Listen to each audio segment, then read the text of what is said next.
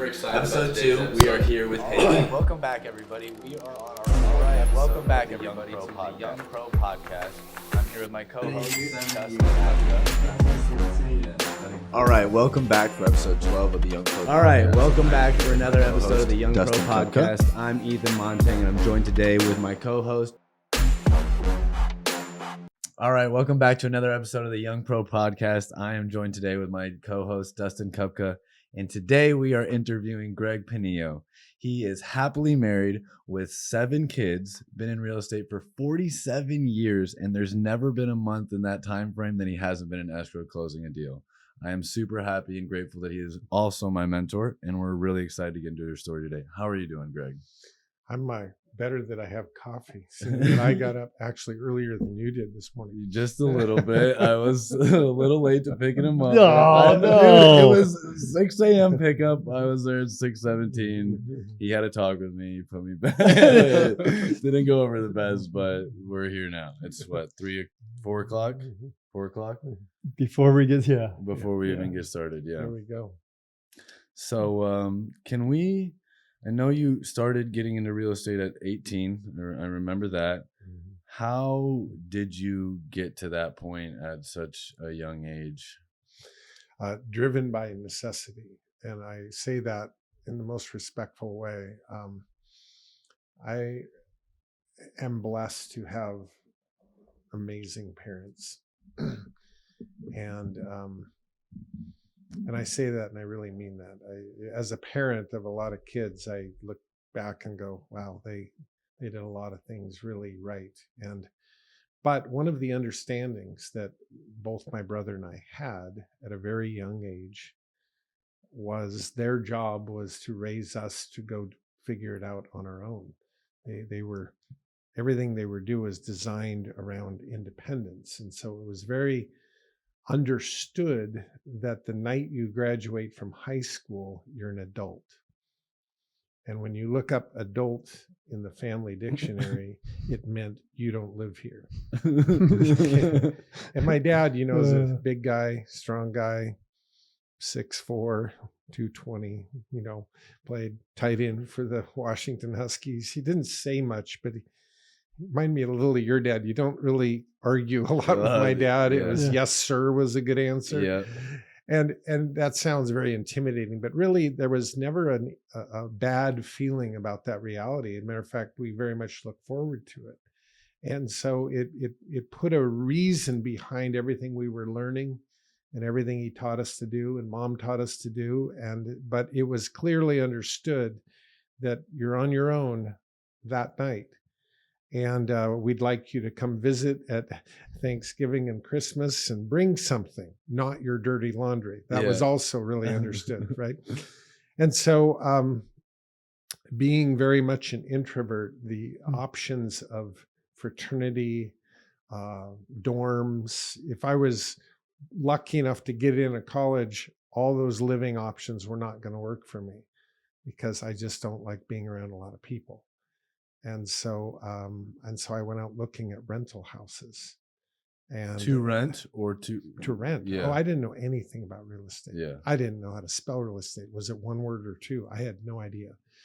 But I went out and I'm looking at rental property, and came across this house that, quite honestly, I can't believe anybody ran an ad to rent it because it was just a mess. It was a mess. It was this little crappy house. It had 1 bedroom / laundry room downstairs and sort of 2 little rooms upstairs that really were like shared one room. It was very funky. The deck was ready to cave in, and the roof was leaking, and the bathroom was an absolute disaster. And it was just a mess, And I went in and looked at it, and like 5 minutes later came out, and he goes, well, what do you think? He wouldn't even walk through it with me. I said, and I was very shy and very to myself. And I said, I don't think you want to know what I think. He goes, no, give it to me straight. And I said, well, it's a mess. It's a real mess. I can't believe you ran an ad. Who would move in here? And there was like this awkward pause, and I said, listen, don't get me wrong. I'm not afraid of hard work. And the fact is, my dad's taught me how to do just about everything this house needs. So it's not like I'm afraid to do what it needs. But if I was going to do all that work, I think I'd rather own it than rent it. I don't even know why I said that, because what did I know? But I did say that. And he looked at me and he said, well, maybe you should buy it from me. And now it's like checkmate. Now what do I do? I don't know what. And then he reaches into his pocket and he pulls out this little book. I'll never forget it. It's like he has this in his pocket. It's like this little book. He starts flipping through this book with just numbers. And I'm looking, what is this book? And then he goes, how much do you have saved up? And I said, well, I have $1,000 saved up. And he goes, not much. And he goes, well, what's your resume look like? Nobody's ever asked me that, nor have I ever had a job. Yeah. But I got the idea, and I said, well, I'm trying to think of all the good points about me, right? I went, well, I'm a pretty good student. I have to work hard at, but I'm a pretty good student. I'm a pretty good athlete, but I have to work hard at that too. And I'm like fishing. And then I went, and I'm the state's youngest Eagle Scout. And he looked at me like with this, like he questioned me. And I went, no, really, trustworthy, loyal, helpful, friendly, courteous, kind, obedient, cheerful, thrifty, brave, clean, and reverent, Yeah. And he went, huh. And then he goes back to his book and he looks at it and he goes, can you afford $206.10 a month? I'm not sure what he's doing or what he's looking at. And I kind of went, maybe. He said, are you 18? I said, well, not yet, but I will be really soon. So he took out a little Post-it note and he wrote this down. And he says, well, I'll sell you the house. I'll take your $1,000 down. You're going to owe me $24,000 and your payment's going to be $206.10 a month. And I wrote it on this sheet, and you take this home and talk to your parents. And if you want to buy the house, I'll sell it to you. And I went, For the same property that you just viewed. yeah. Yeah. And I went, okay. I remember getting in my piece of crap little Datsun 510 and driving home. And my dad is in the garage and he's at the workbench working on something. And I got out of my car and I walked into the garage with my little sticky tab. And I put it on the bench in front of my dad. And I said, hey, Dad, I just looked at a rental house and this guy would sell it to me. And he'd sell it to me for this. And I put it in front of him. What do you think? And my dad, I didn't even think he read it. I thought the thing was like annoying him. But he grabbed the sticky tab and just didn't even look at me, just handed it back over his shoulder. And he goes, probably better than renting. And then he starts to walk out of the garage, like walk away. And I go, so does that mean yes? Should I buy it? And he keeps walking. He goes, probably better than renting. That was the entire business advice my dad ever gave me. And so I called the guy and I said, okay, it seems like it's fine with my parents. And he goes, all right, I'll do all these things that I didn't know what any of them meant, like set up escrow, order title, all these things. I had no clue what he was saying. Like, okay, let me know what I need to do, kind of thing. And I was just along for the ride. And this was, what year was this? 1976. And was the property in Seattle? Yeah. How much do you think that property is worth today? Well, I short platted the lot. It happened it was on two lots that I didn't even know till after the fact. So I short platted the lot after I bought it. I short platted the lot and I sold the front lot for $40,000 to a builder. And then about 2 years after I bought this house, I sold the back house and lot for $75,000. And still had the house. No. Oh no, you I sold that. sold the whole thing Yeah. out. So I sold them, but that two separate. But you things. bought it for 20. But I was so into real estate at that point. At least I felt like I knew what I was doing there. But back to this house, it closed. I had a couple months, April, May, half of June, to work on it. He even deferred the accrual of interest till like August. So like my first payment was till September. because he figured I'd need time to. Time to get I mean, it he up. did all of what you would hope I would know to do now, Yeah. but he did it for me. Anyway, the moment that changed my life, because for me, it was just mission accomplished. I got a place to live. My two buddies heard I was buying this house and working on it, and they're my two best friends, and they also were going to go to the University of Washington. So I don't remember the conversation, but we must have struck some deal that they could live with me, which is fine. They could be upstairs, I could be downstairs, Yeah. and they're my friends, a little Yeah. different than a dorm, right? And so anyway, I can remember like it was yesterday, sitting there at my desk in my downstairs bedroom / laundry / office. It was all of 10 by 10. The bunk bed was above the washer and dryer, or I built a bunk bed above the washer and dryer. And then my desk was here. And it's like this tiny little room with everything in it. But anyway, I was sitting there writing out my first installment check, literally a check I'm writing, and I'm writing 206. And right about when I'm writing the 6, Jeff and Kelly pop their head into my office and say, "Hey, we're going to go run around Green Lake. You want to go?" I go, "No, guys, I'm busy. I got too much going on. I'll see you later." I go, "Okay, here's the rent." And they each threw on my desk $100 bill. And okay. But then I look back down at my desk and I'm still right in the middle of writing 206. And I'm staring at $200 bills right there. And I just stopped. I like froze. It's like it didn't hit me till that minute, that second, that Jeff and Kelly are buying me my house. I went, I'm living in my own house for $6 and a dime. And I remember standing up and like my heart was beating. I was shaking. And I went, oh my God. And the best way I can describe this, and believe me, I've thought about it my entire life, but the best way I can describe it was it's as if everything I ever wanted to do, every one of those thoughts that every 18-year-old kid has of all the things I want to do in life, and I'm on my own, and let's go do it, and whatever it is. Yeah. We have all got our list. I had my list, and I wanted to do them all, but had no idea how I was going to pull this off or how I was going to do it. Hell, I was just trying to buy a decent car, and I didn't know how to do that, Yeah.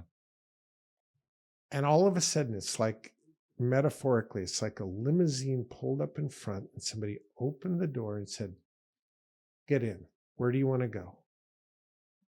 Because all I knew instinctively, it was just common sense to me, was that everything I wanted to do, if I could buy more houses and find more Jeff and Kellys to pay for them, that was it. That was the most simple thought. And after 47 years of doing this, what's the objective? Buy more real estate, figure out how to get a tenant base paying for it, and hold the line. You see, my skill sets are persistence and toughness. That's really it. I can hold the line. I won't give up. And so this sport has played well into that skill set, but it was the only skill set I came in with. I mean, that was it. I was just tough because my dad was tough. And my brother was a year and a half older and he beat me up all the time. So I was tough. That skill set and a little bit of common sense is what got me into this and started the ball rolling. But I became obsessed with buying real estate at that moment. I mean, obsessed. I mean, I can't even explain it. I went through 6 years of college. I never went to a football game. I never went to a dance. I never went anywhere on spring break. All these things that I hear college people do, I did zero, not one. I would have changed my major if I couldn't have been in front of a seller by noon. I would have skipped class if I had an important, college was secondary to what I was obsessed with. And the crazy thing is that obsession and that belief and that love of sport, I feel like I'm 18 years old with my tail wagging today. We're on the street and I can tell, oh boy, when we went through that one little area where the street lights, I mean, like I could feel my tail start to wag. And I'm like, okay, this is it. Here we go. And then when I get obsessed, I mean, I'm very focused to a fault sometimes. I mean, I get too locked on. I've had to learn to manage all of that. But, the thing I think I'm most proud of is that here we are 47 years later. I've never had a job. If I've wanted to do it, I've figured out a way to do it. And I'm still passionate, interested in this amazing sport of real estate. So there you go. That's the introduction. That's what got me going. Yeah, that's amazing. Yeah. Okay, Yeah. So real quick, your first deal ever was seller financing, purchasing on contract. Yeah, I tripped and fell Right on into my it. face into it. It. Like literally. How long after that did it take you to do your second deal? Not long. Now, it's not that I didn't get my ass kicked, because here's what the second step looked like. Okay, how do I rinse and repeat this? Well, what I reverse engineered was I have to find somebody that, at least I thought, here's what I thought at the time. I have to find something that needs a lot of work because somebody doesn't want to do it. Yeah. That was part of the equation. Then I've got to find somebody that has the ability. In other words, they've got to own this. At least I thought at the time they had to own it free and clear for this to work. Okay. And maybe even something vacant, because if they lived in it, how they, I didn't. Yeah. So I was able to go to the title company and say, can you tell me about every home in a certain area? And I would tell them the area, the neighborhoods that I liked, whereby the owner did not live there. It was non-owner occupied. Okay. And I would get that list, and then I would drive the area and I would look at them to find out, to see the ones that looked like they needed work. Yeah. And then I would look them up. And back then we didn't have all this Google search. So I had to go to the phone book and I'd know who owned it. And I would look them up in the phone book. And I would see, okay, well, here's somebody at least with the same name. But of course, it was non-owner occupied. So sometimes there were 5 of that person. It was arduous. But hey, persistence, right? What I found was I would call and I'd say, hey, listen, my name's Greg, and I was by your house in Green Lake, and I know that you own it. Well, if they went, I don't own a house at Green Lake, I knew I had the wrong person in the phone book. Can I go to the next one? I just hang up and go to the next one. But if they say, yeah, okay, what's up? Then I knew I had the owner. I say, well, listen, I want to know if you'd have a conversation with me face to face about me purchasing your house. Well, I was 18, 19, those were the years, but it sounded like I was 12. And so they'd ask me, how old are you? So I try to change my voice to deeper and all these kinds of things. But what happened is that I just was getting my ass handed to me. No, hell no, go away. How'd you get my number? I was getting beat up and I could feel it taking a toll. Like, how many no's can one person get? And so the first time that I proactively created a philosophy on my own was right there because of that situation. And it's a philosophy that I, to this day, lecture about and talk about, called success on delivery. I'm creating a proposition, but I'm tying success to the outcome of my proposition. Meaning, if you say, yes, I'm successful. And I was 0 for a lot. And I decided to tie the success to the delivery of the proposition. And just that little shift, I'd go, would you be willing to talk to me about selling your house to me? Didn't matter what they said after that, because I was declaring success. And it changed my whole paradigm, my whole mind shift. And when that changed, my attitude on the phone, my vocabulary, my enthusiasm changed, because I would be declaring success call after call after call. It was like I was batting 1,000.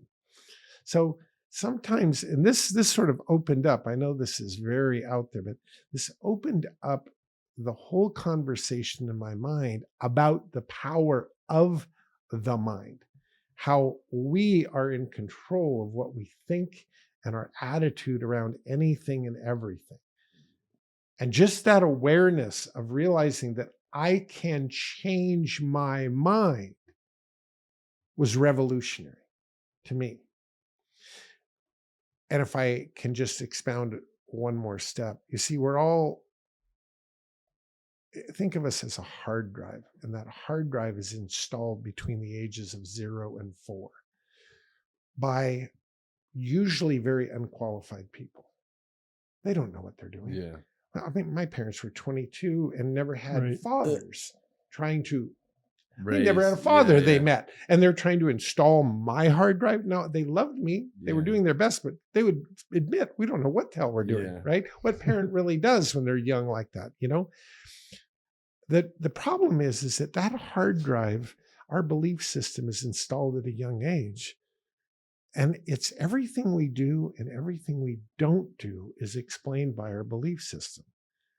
Well, we don't really think about it. It's just happening, right? Then all of a sudden we're an adult and we want for things.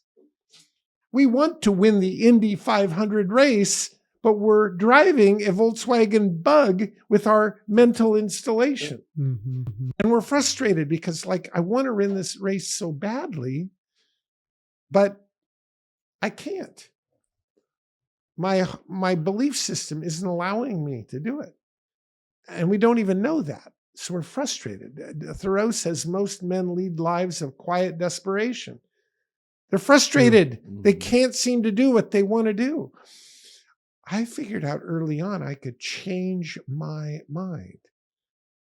And so I took a hard look at my belief systems, and there were a lot of them that were awesome and installed beautifully. And I can thank my parents to this day for a great belief system. And there are others that I had to change radically. And I would not be where I am if I didn't change those belief systems radically. So that all happened at a very young age, that whole... Still 18? Yeah, 18, 19 years old when all that was going on. And it was a very dynamic time in life where all this discovery and figuring out things. And so I started buying real estate and I started buying houses. And I don't know why I started there, except that's what I knew, I guess. And then apartments, and then why aren't I building them? Because I could build them, and I could build them bulletproof versus inherit some crappy thing. And so then I started building a lot of buildings and multiplexes and mixed use and commercial and on and on and on and on and on. And how did you learn? So, okay, no, you go ahead. Well, it's interesting. Like right now, I mean, in the real estate world, interest rates obviously have been a discussion, especially here lately. Yeah. Going from a 2.5% to 3.5%. Oh my gosh, we're going up to 7%, but yet my parents, their first house was 11.6% interest rate. They thought they was awesome, right? That was a great rate. Yep. Back in the 70s, late 70s, early 80s, one of my best friends actually got into spec homes, building, had more, they were basically spec home, but some of them were custom, but then they kind of moved into a spec home situation. Well, he had three houses, 79, 80 year, about 79, about 80, wasn't selling them, goes to the bank. Hey, Mr. Banker, I need to maybe, should I build you'll be fine. Build another one. You'll be fine. The rates will change. Because at the time the rates were 18, 19, 20%, right? I remember it well. 3 years later, he's busted. Went broke, lost everything. And he was a very, very successful business owner, builder, and lost everything. Yeah. So in your experience back then, I mean, your early 20s, what, in your perspective, what was that like? What was happening? What did you learn from that? Well, similar to today, and matter of fact, March, the hangar will be filled with people He has an and the airplane. discussion is recession deal structuring. Well,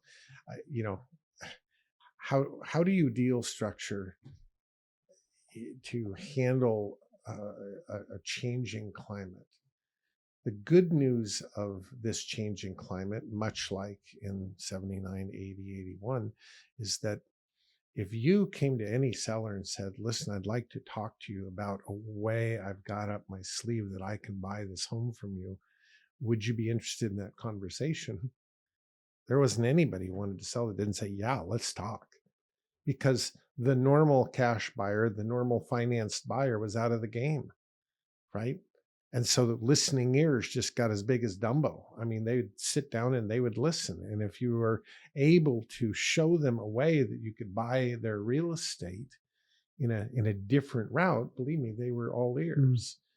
And so this is one of the awesome parts of this climate right here and right now, is that this shift in market, there's a listening ears among sellers right now, among people who want to sell their product, because there aren't buyers standing in line right now with offers and multiple offers and cash offers and acceleration clauses and on and on and on. They're not anymore.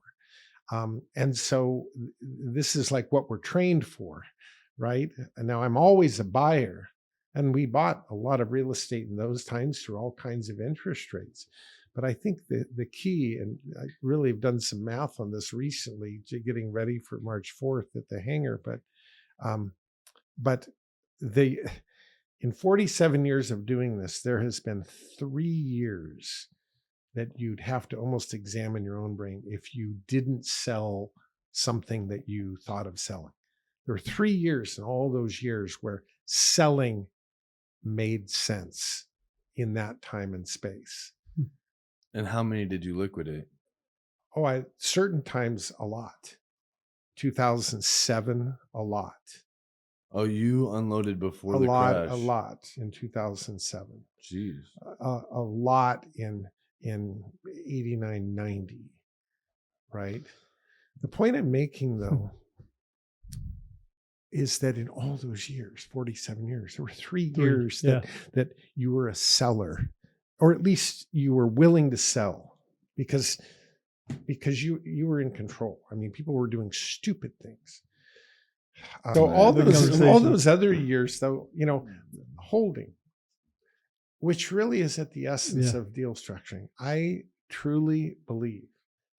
Now, I know this can step on some toes, but for me, my opinion is that hold always has to be a plan A in deal structuring.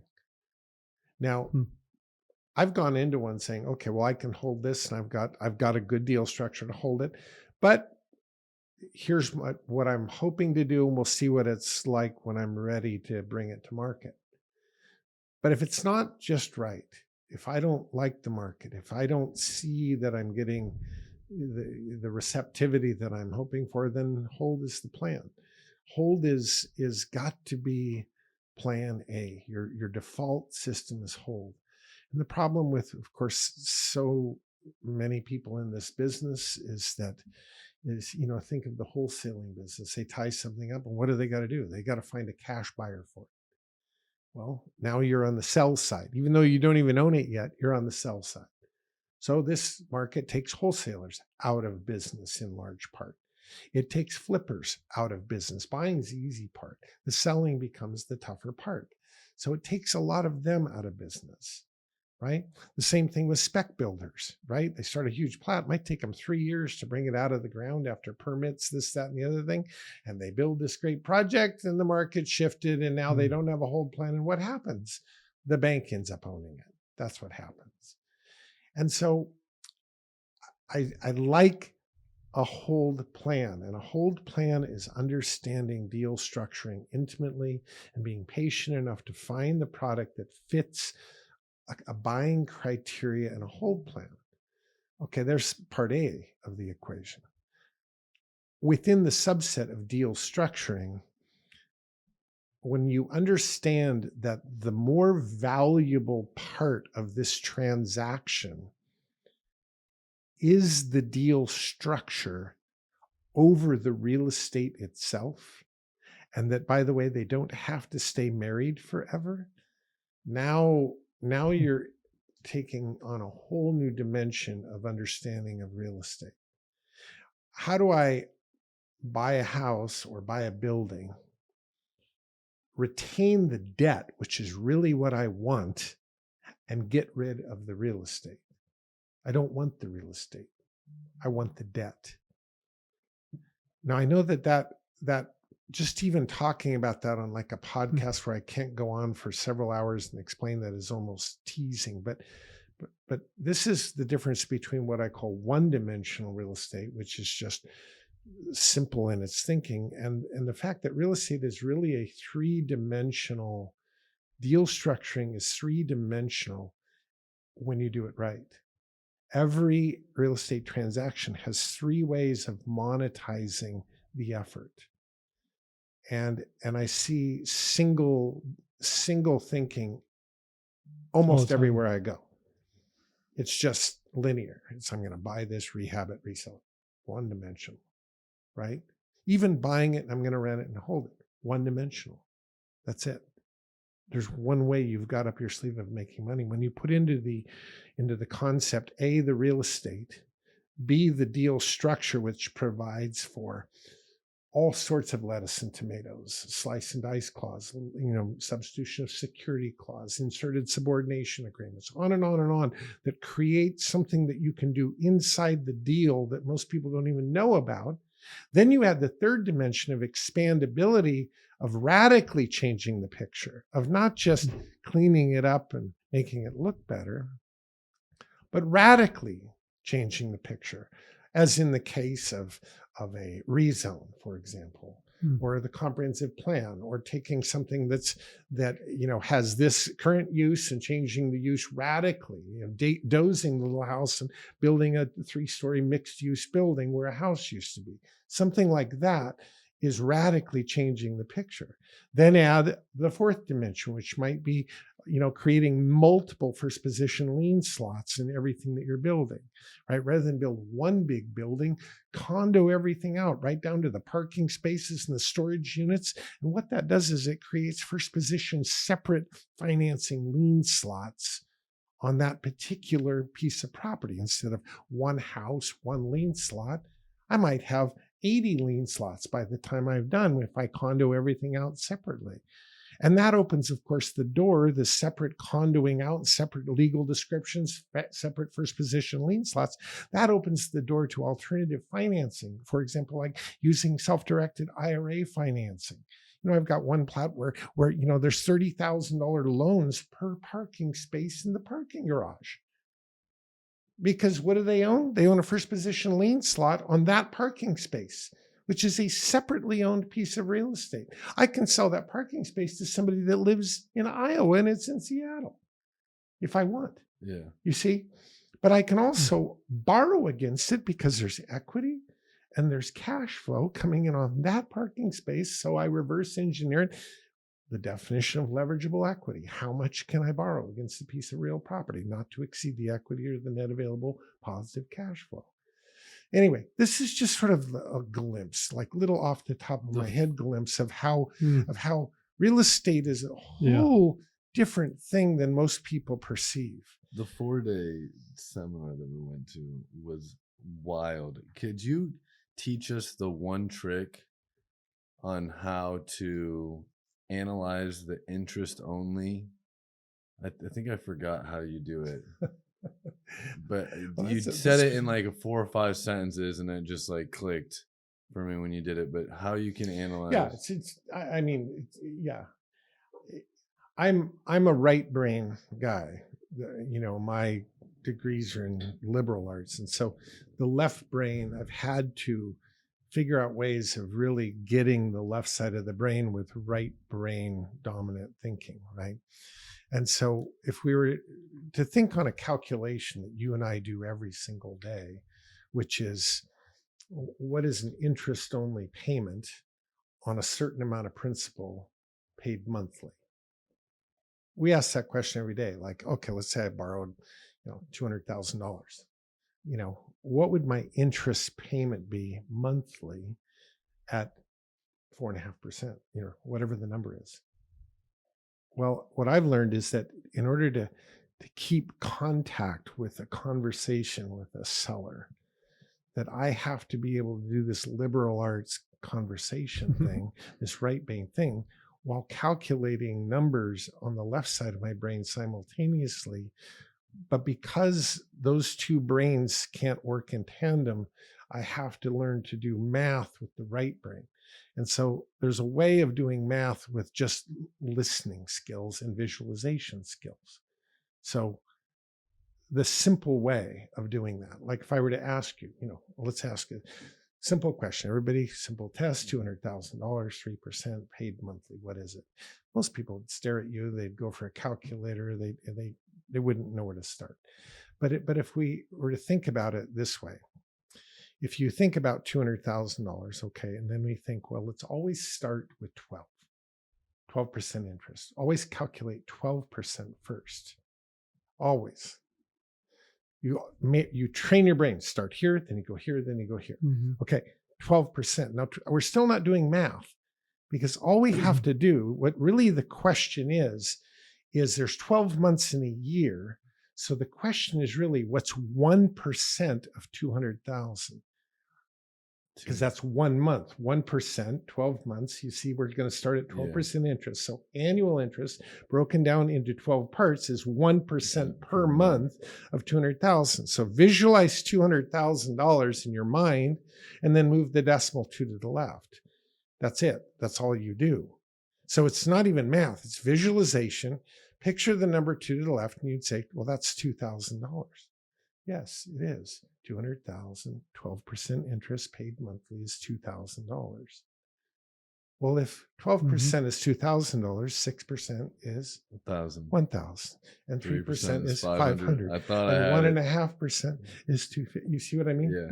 You see, boom, boom, boom, boom. And so then you can add, and so if we were to say 400,000, you just simply go, you get 12%. It's $4,000. At 6%, it's $2,000. Right? At 3%, it's $1,000.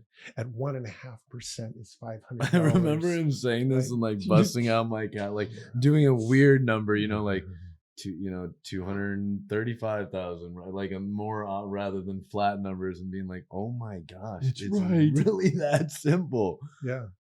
But the why learn it that way is really that in communication, it's much like fishing. Right? You guys must know about fishing in Iowa, right? That, rod tip up, tight line, tension on the line. Communication is like that if we're not in eye contact, if we're not looking at each other, if I'm not responding to you non-verbally, tight line in communication.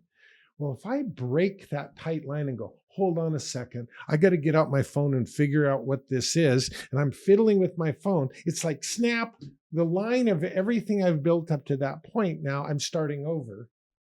And the line's broken in communication, the momentum. Negotiation has momentum to crescendo to signature, right? And you want to like snap the line right now at rounding third base here. Let me cut the line and get out my stupid phone and go, let's see if I can afford this. No, you've got to be able to do it in your head while singing Dixie, right? That makes sense? I think it's amazing. So anyway, yeah, there's a million Quick little things, trick. but sort of back to the essence of 3 and 4 dimensional real estate, how I see real estate. What I do and what I teach, it's how to see the dimensions, that's the left brain side, how to propose the dimensions, which is the art of negotiation, which is the right brain side, and how to bring it all together to an agreement where everybody says, thank you, this is amazing, this is incredible, thank you for thinking of this. And then you take it to home plate. And this is the great challenge, the great orchestration that our sport offers us. It's why it's kept my attention for 47 years. It's quite an art form to do it well. It's quite an art form to do it well. When it all comes together and everybody understands, everybody gets what they want, and now you've created sustainability with that deal. You're not worried about short-term hard money loans due in 6 months. And oh my God, are they going to give me an extension? Like half the world is right now in real estate worried about, right? You're not worried about that. You've set it up for the long term. But that third dimension of really being able to deal structure something where I can make money on the negotiated money, not just on the real estate. Let's take, for example, just for fun, we'll just have fun with this. Let's say the building's $1.1 million. And let's say I'm going to go to a line of credit and I'm going to borrow the $100,000. Even if I had it, I'd probably use a line of credit for a down payment. Then I negotiate a $100,000 note with the seller. $1 million note with the seller. Seller owns the building free and clear. It's got some vacancies. They're having a hard time with it. They've owned it for a long time. I can set the stage, but you get the idea. Okay. And that $1 million note, we agree on a 3% interest rate. My minimum committed payment would be interest only or more. I don't ever write a number in. If they ask me what the number is, I tell them it's $2,500 a month would be my first committed monthly payment. We talk about when the interest clock starts ticking. There may be a deferral of interest accrual. At some point, interest only or more is the payment. Okay. The initial collateral for that particular note may be a deed of trust on the subject property. Okay. But let's say this $1 million building that I'm buying is a 30-unit building, let's just say. Keep that in mind. My cost of funds is 3%, right? That's $2,500. $2,500 a month, right? Right. You did that right on top of your head. Good job. Yep. Brain, dude. I had to test drive it right here on camera. Riding it on my leg real quick. I was just like, he's going to say it again. Right. Okay. Now, with the clauses there, I could, once I've closed that building, I could substitute the collateral for the note to a different building. Okay. In other words, let's say I didn't like this building and I just kind of wanted to get it cleaned up and sell it. Let's say I did. Would I want to give away that $1 million note at 3%? No, of course not. And so I have a substitution of security clause in my negotiation. Instead of a due on sale clause. Oh, yeah, there's no due on sale. No, it's a long-term note, 20, 25 years, remainder beneficiaries. It's all structured that way, right? Which is great for the seller because it's a continual deferral of capital gains. It's passing on their legacy to their kids, to their heirs, to their benefactors in some way after they go. I mean, there's a lot of reasons people plan their life that way, right? Okay, but let's say I don't like the building. I can substitute the collateral. Maker's option may substitute the collateral to a different piece of real property under the following two conditions.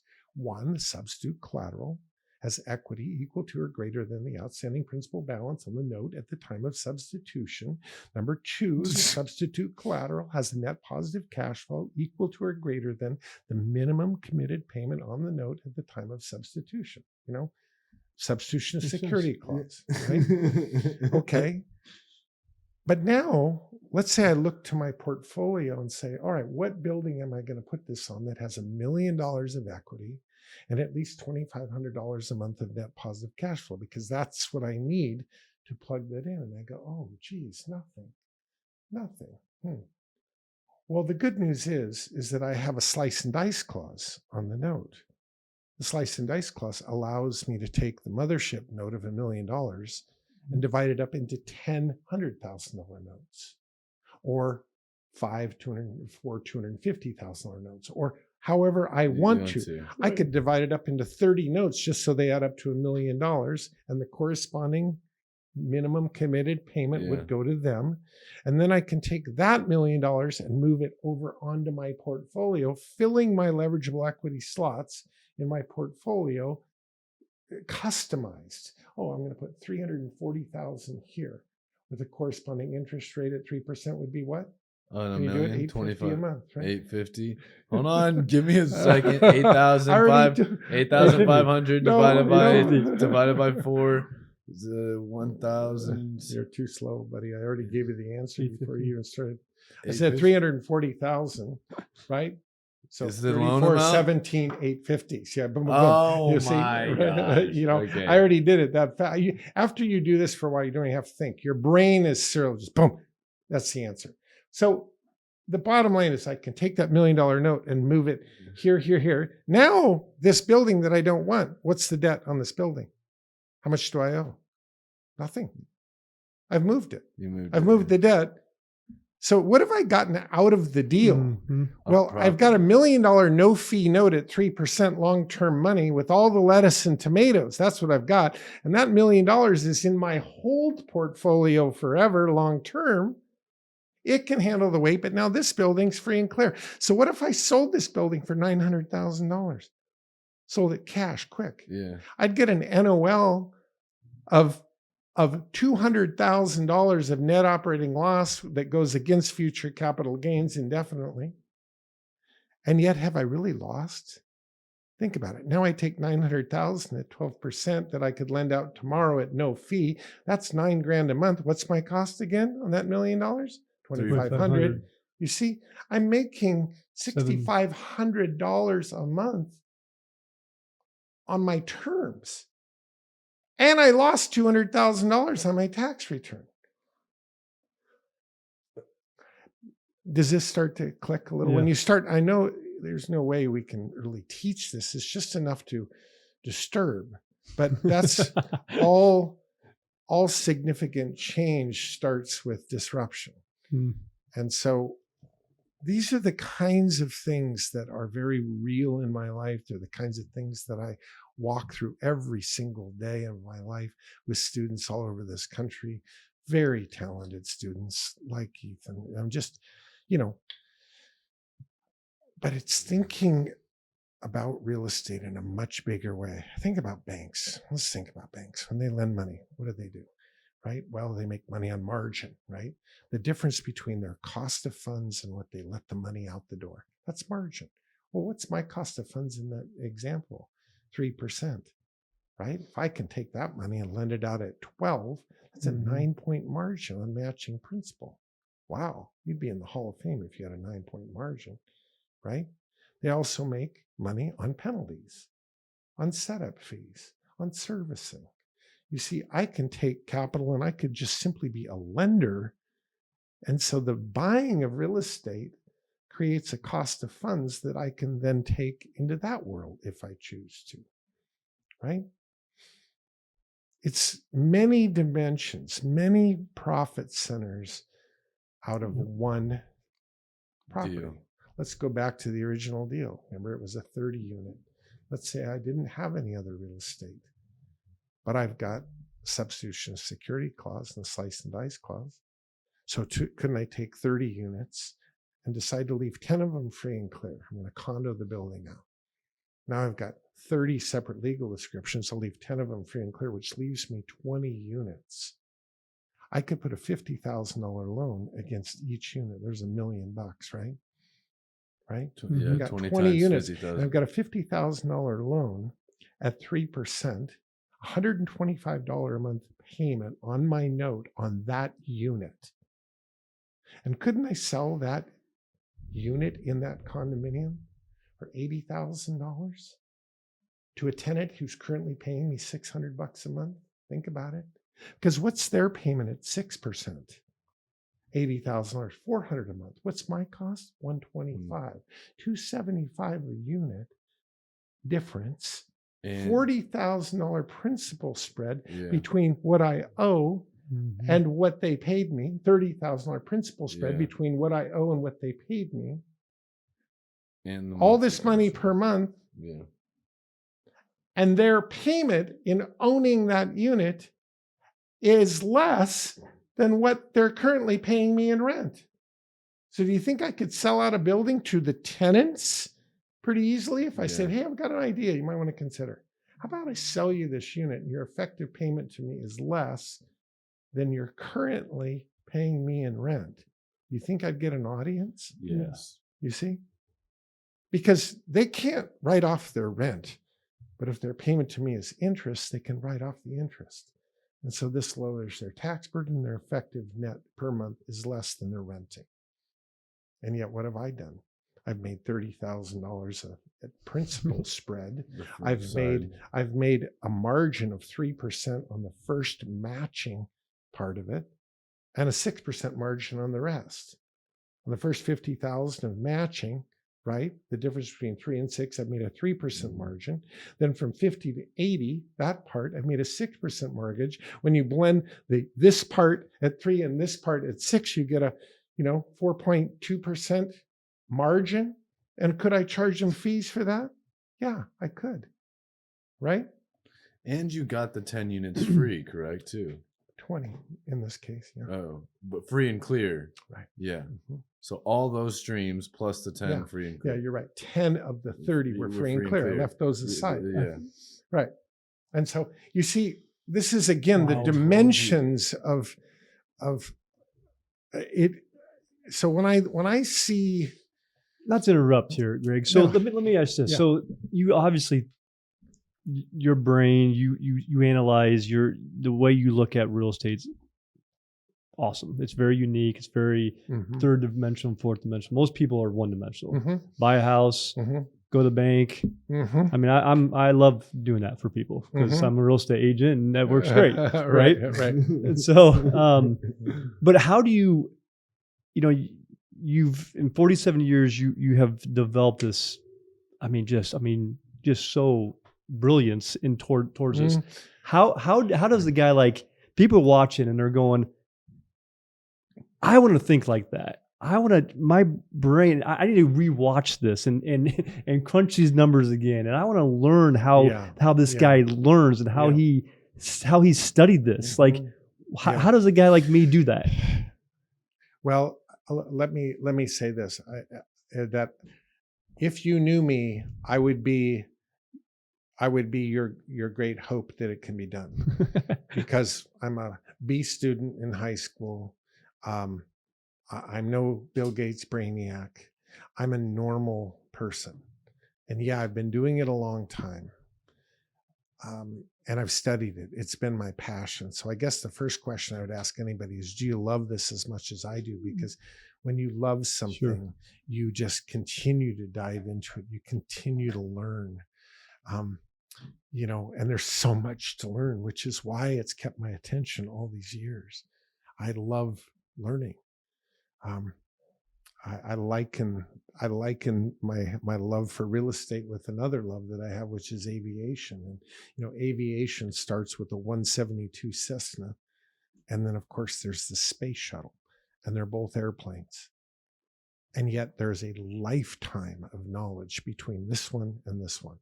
You never, I have a very, very close friend who's in the Aviation Hall of Fame in Washington, D.C., right?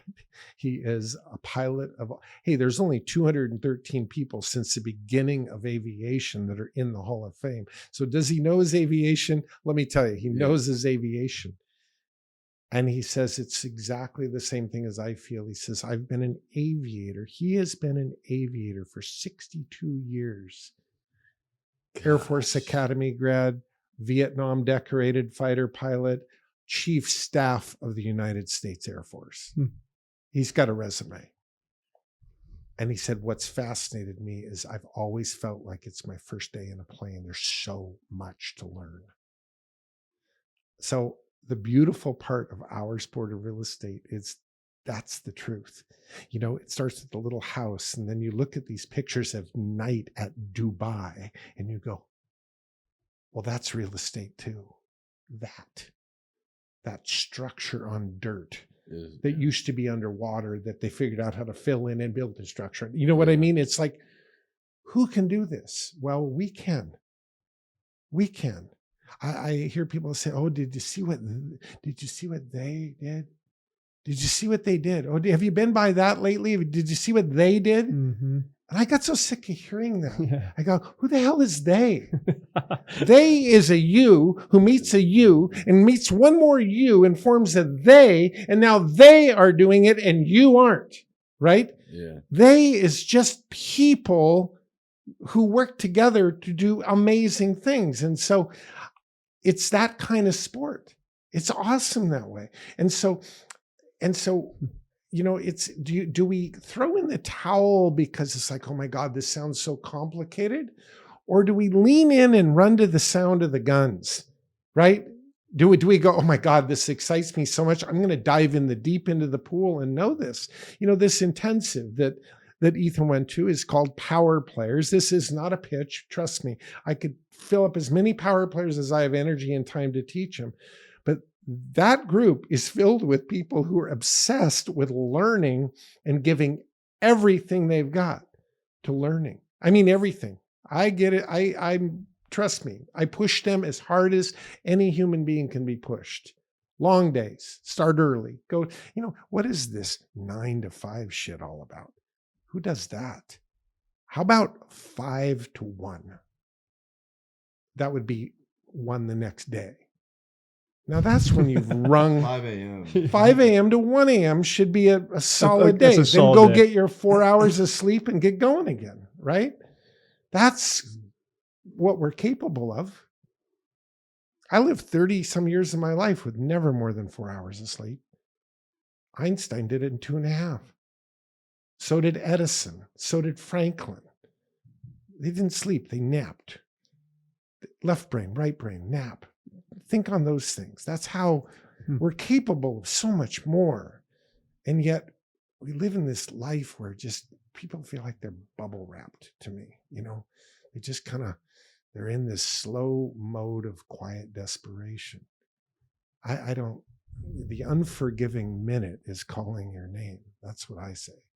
And so does Kipling, by the way.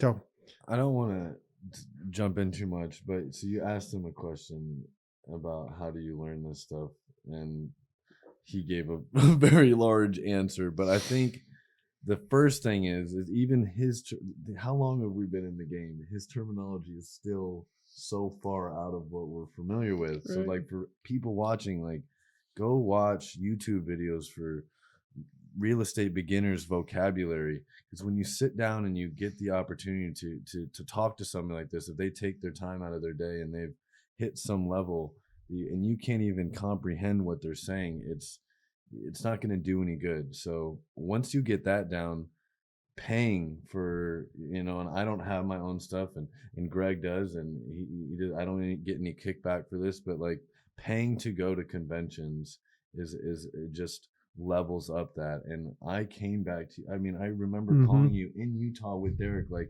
trying my best to regurgitate, and I'm still probably going to get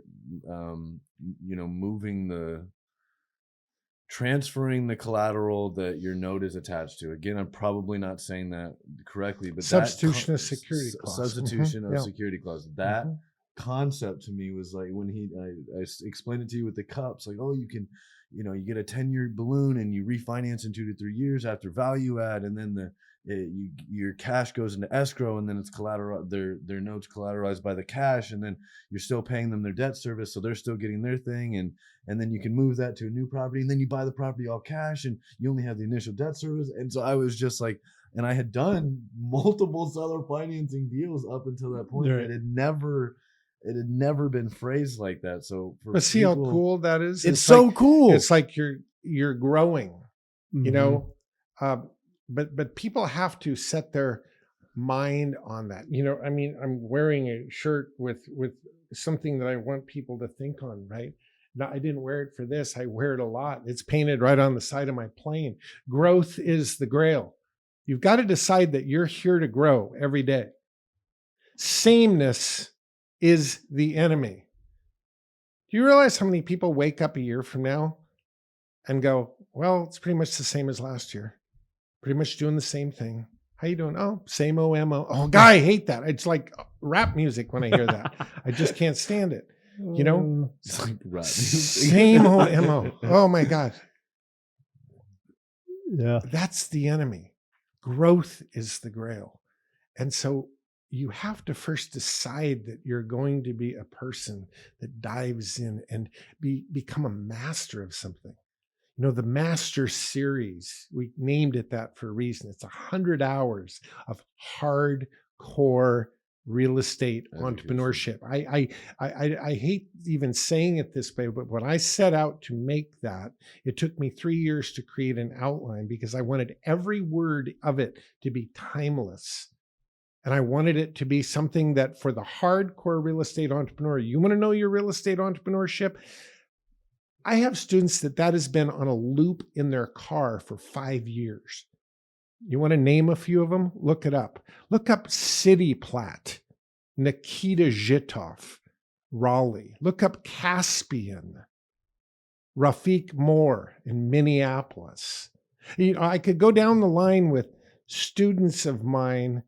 Look up Jeff Stevens in Bend, Oregon, and Lindy Wishard in Huntsville, Alabama.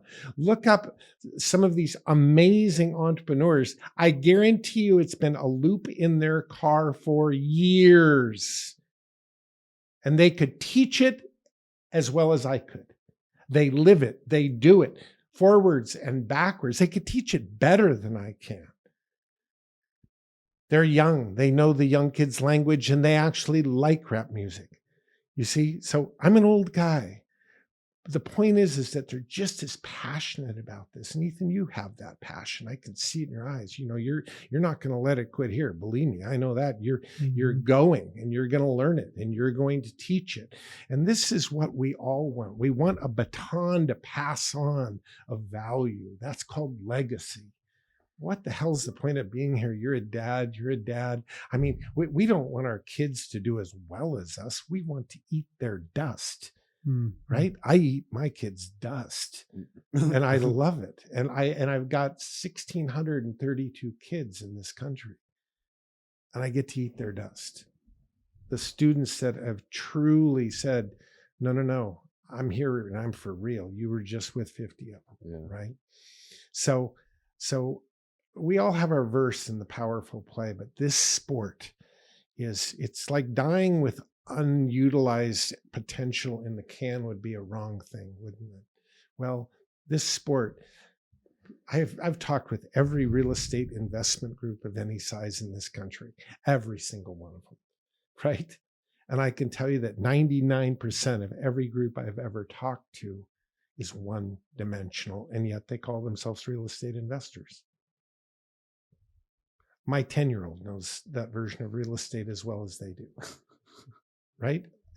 I say that driving a challenge, that there's so much more to this. Right. You're capable of so much more. If you can remodel a house, you could build a house. Easier, by the way. If you can build a house, you could build a 20 unit.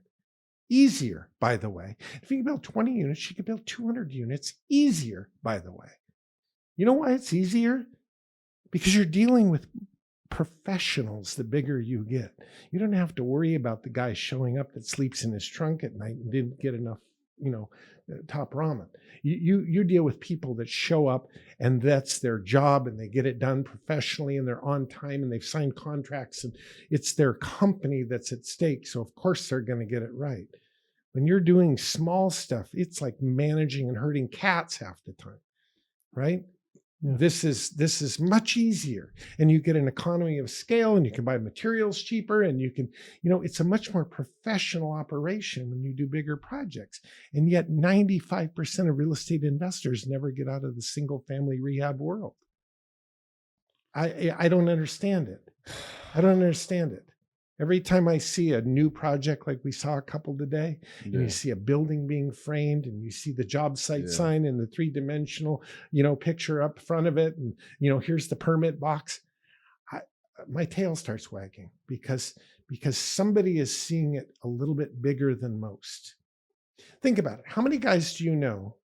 Just visualize these guys who are looking for a cheap house that they can fix up and resell.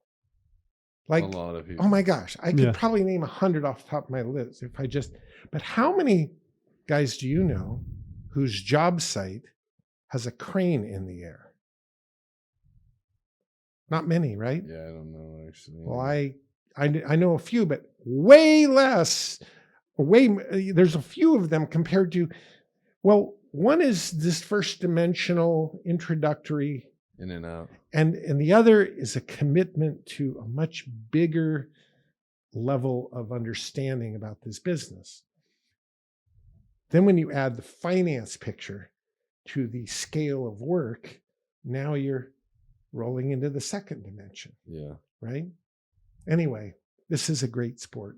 it is. And you guys are young and you're going after it. And there's so many different hats under the umbrella of real estate. It's awesome. There's a place for everybody.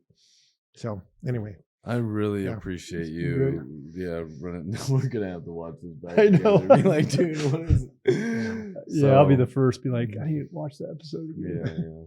It was Well, thank you gotta get guys ahead for now, letting me yak with you today. And No, I appreciate off it. to Kansas Off City. to huh? we got a business dinner meeting tonight, okay. and then off to Kansas Off City. to Kansas City. Good place to be this time of year with the Chiefs. Having one, we might have to run into some Chiefs or maybe part of their staff. Yeah, I don't say that.